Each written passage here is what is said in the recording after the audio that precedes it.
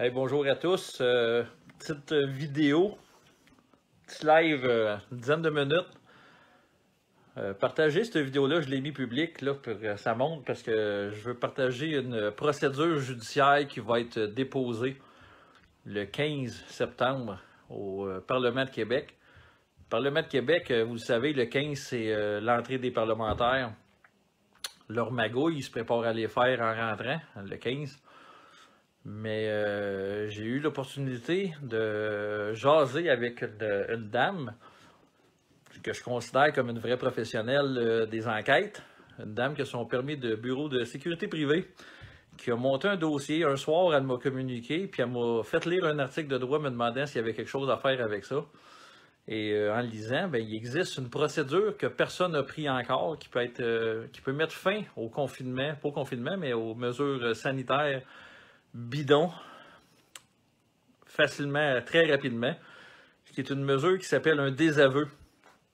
Que je vais vous lire le dossier qu'elle a, la lettre, c'est elle qui l'a écrit, tout le crédit lui revient à 100%. Je prends aucun crédit là-dessus, je l'ai juste guidé très brièvement parce que le travail est super bien fait, puis je vais vous la présenter, puis je vais vous la faire parler un petit peu, ça sera pas bien long, mais je vais lire la lettre un petit peu. On a amené quelques corrections qui vont être effectives prochainement. Et premièrement, c'est une lettre qui est adressée à l'Assemblée nationale. L'objet, c'est le désavouer l'état d'urgence sanitaire du COVID-19, qui est une pneumonie atypique. La lettre se lit comme suit. Aux membres de l'opposition, nous demandons à l'Assemblée nationale de désavouer par un vote la déclaration d'urgence sanitaire telle que stipulée à l'article 122 du chapitre 9, section 3 de la Loi sur la santé publique, ainsi que l'article 92 du chapitre 7, Section 1 de la Loi sur la sécurité civile pour les motifs suivants avec preuves documentaires et vidéos à l'appui. Point numéro 1, c'est une panique engendrée par l'OMS qui déclare le 30 janvier 2020 une urgence de santé publique de portée internationale avec seulement 98 cas dans 18 pays autres que la Chine. Cette dernière, qui en date du 22 janvier 2020, compte un peu plus de 4500 cas et une centaine de décès. Puis là, on fournit une preuve documentaire pour joindre avec ça. Le point numéro 2, c'est une méthode de calcul frauduleuse et mensongère des décès du COVID-19, puisqu'elle est, entre autres, par association. Puis ça, la preuve qui est fournie, c'est une preuve vidéo de François Legault. Le point numéro 3, c'est une méthode frauduleuse et mensongère du dénombrement des cas, qui fut modifiée en date du 22 juillet 2020, puisqu'il arrivait que plusieurs tests de laboratoire aient été effectués pour une même personne, celle-ci ayant pu être représentée et comptabilisée autant de fois qu'un test de laboratoire était mis pour elle. Cela pouvait mener à une surestimation du nombre de personnes testées pour le COVID-19 et du nombre de cas confirmés. Et en preuve, il y a une preuve documentaire qui va être fournie. Point numéro 4, c'est l'incohérence dans les discours de Horacio Arruda concernant l'efficacité du port du masque, ou plutôt les risques qu'il relate à le porter, et les décisions sanitaires qui sont prises à l'encontre de ceux-ci, qui est l'obligation du port du masque. On fournit une preuve vidéo que c'est M. Arruda qui se plante lui-même comme d'habitude. Point numéro 5, c'est la déclaration du Dr Arruda que le port du masque ne peut être rendu obligatoire en raison de son efficacité qui serait trop facilement contestable juridiquement, mais le rend tout de même obligatoire 2 semaines plus tard, et ça, on inclut la preuve vidéo. Point numéro 6, c'est l'utilisation de la peur injustifiée et mensongère des médias, entre autres lors d'un journal télévisé relatant la situation du Texas, des mannequins plutôt que des humains sur une civière. Là, il y a la preuve vidéo qui est fournie. Point numéro 7, c'est le taux de guérison de 88% des cas confirmés en date du 2 septembre 2020. 62 746 cas confirmés, 55 515 cas guéris et 5 764 décès. Un taux de 0,0018% du nombre de ces cas actifs, qui sont 1467 sur une population de 8 millions d'habitants avec un taux de 0,09 de décès. Est-ce que ça justifie les mesures sanitaires en place dans la population et imposées à nos enfants de la rentrée scolaire? Point numéro 8 qui va être fourni en preuve, c'est que la CAQ siège au pouvoir de façon illégale, surtout sur le nombre de députés qui devrait y avoir lieu à l'Assemblée nationale depuis 1982. Il y en a 22 de trop. Et il y a eu une contestation d'élection qui a été faite avec 2 requêtes et on fournit la preuve que la CAQ est là de façon illégale. Point numéro 9, c'est la fermeture de tous les commerces non essentiels, sauf les grosses multinationales telles que Rona, Canadian Tire, Walmart, Dollarama et Costco, qui sont demeurés ouverts Alors que la panique engendrée par le COVID-19 et la peur de manquer de denrées réunissaient davantage de gens dans ces endroits. N'aurait-il pas été plus justifié et cohérent que tous les petits commerces que ces grosses multinationales aient également été fermés afin de protéger la population ainsi que leurs employés?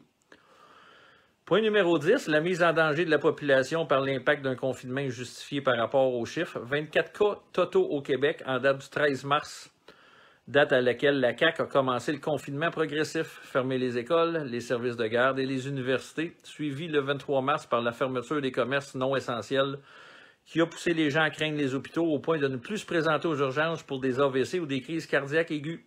On fournit la preuve documentaire aussi.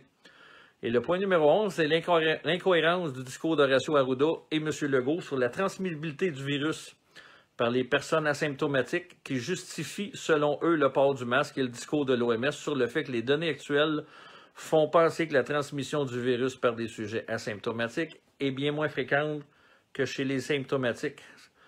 Que ça, c'est l'OMS transmission du SARS-CoV-2, 9 juillet 2020 à la page 4, paragraphe 3. Et là-dessus, bien, on demande officiellement à ce que les parlementaires, l'opposition, puissent faire le désaveu, sans quoi ils vont être ajoutés à la poursuite criminelle déposée contre Horacio Arruda et François Legault. Donc, je vais vous tourner l'écran. Ça ne sera pas bien long, une petite seconde. Puis, je veux juste vous dire que ce que je viens de vous lire là, ça va être déposé à l'Assemblée nationale le 15 septembre. Les parlementaires arrivent au Parlement, il y a une manifestation, puis il faut être 10, 15, 20 000 personnes. Il ne faut pas qu'on soit juste 10, 15 ou 20, là. Il faut être des milliers de personnes parce que les parlementaires arrivent, c'est le temps de leur passer le message et de leur remettre le dossier parce que les preuves documentaires que présentement, il n'y a pas de pandémie et que le port du masque ne sert à rien.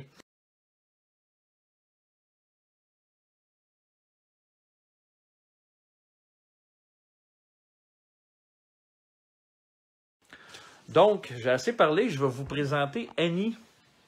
Annie, c'est celle qui a monté ce dossier-là. Et je peux vous dire qu'il est très, très bien monté. Et je vais vous la présenter. Bonjour Annie. Allô tout le monde, salut Mario. Annie, tu as fait une enquête sur une enquête. Tu as fait une belle enquête sur le désaveu pour amener les preuves aux parlementaires. Oui, c'était le premier point. Tu m'as amené quelque chose sur ton ordinateur qui est sur le site. J'aimerais que tu me parles, puis on va le montrer au monde. C'est quoi exactement? Bien, juste, c'est sur le site du gouvernement du Canada. C'est la mise à jour sur l'éclosion. C'est à tous les jours, donc c'est hebdomadaire. Et ce qui est intéressant de cette découverte-là, c'est que... Je vais tourner l'écran pendant que tu parles pour montrer aux gens. Oui, ça va être plus facile pour eux de comprendre. C'est que les chiffres qui nous sont pondus à tous les jours, bon, vous voyez, là, le 62 933 cas, c'est ce qu'on a présentement aujourd'hui. Donc, les médias et nos chers gouvernements se servent de ce gros chiffre-là pour nous faire peur puis nous maintenir dans la peur. Ce qui nous intéresse, nous, c'est les chiffres que je vais vous montrer. Ici, dans la liste, vous avez les cas actifs, les décès et les personnes rétablies. C'est ceux-là qui nous intéressent. Dans les cas totaux, vous retrouvez ces trois catégories-là. Donc, celui qui nous intéresse et celui qui devrait nous être montré, c'est 1551 personnes. Donc, 1551 personnes sont présentement atteintes du COVID et donc sont contagieux, sont soit hospitalisés ou malades à la maison.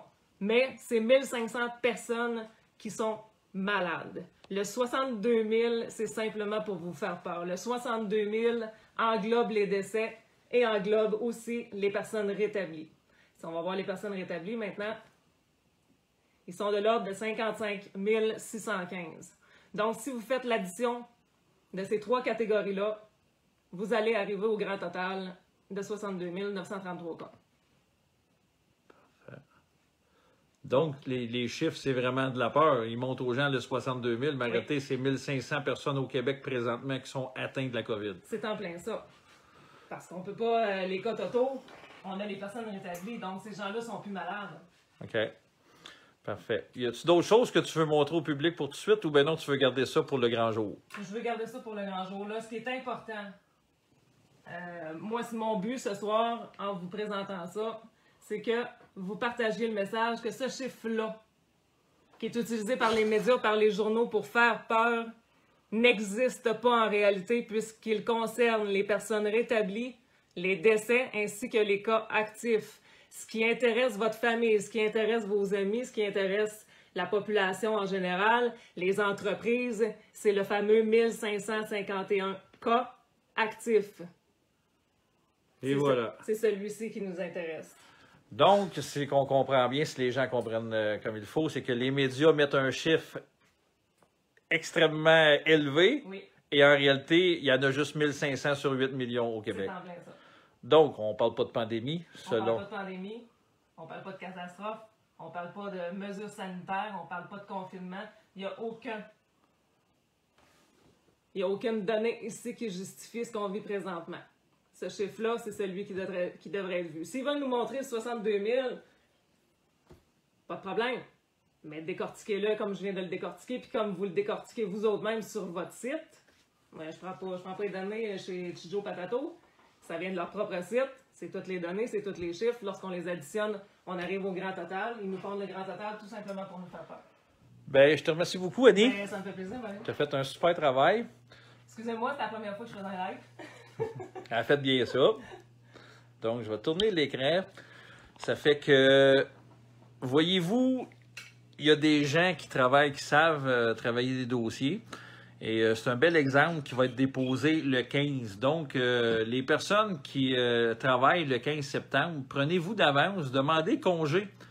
Parce que on va déposer des documents que on va leur laisser aux parlementaires 48 heures pour faire le désaveu puis étudier le dossier. Au salaire qu'ils sont payés, ils sont capables de faire 2 journées de 15 heures pour étudier ce dossier-là, puis faire le désaveu, puis reprendre une vie normale. À moins qu'ils désirent se ramasser en poursuite criminelle contre François, en même temps que François Legault et Horacio Arruda. Parce que ce morceau-là, c'est sûr et certain que moi, je ne le lâcherai pas.